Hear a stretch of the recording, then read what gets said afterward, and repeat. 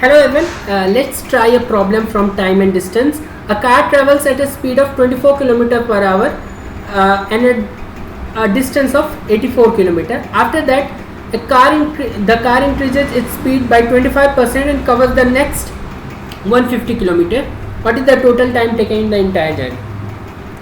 So in the first part of the journey, I can say time is distance divided by speed, and for the second part of the journey, distance is known to us and the speed is increased by 25% from the previous speed. So 25% is nothing but 1 by 4. So 1 by 4 of 24 is 6. So if I add 6 to 24, it will give me 30. So the new speed is nothing but 30.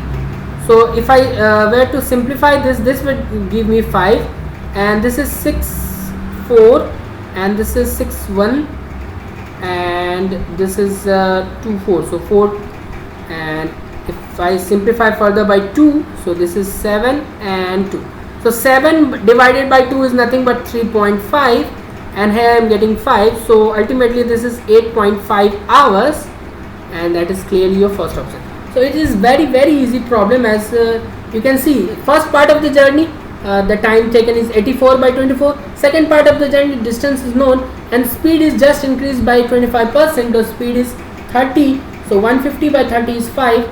So 5 plus 3.5 is giving you 8.5 hour as the time taken to complete the entire journey.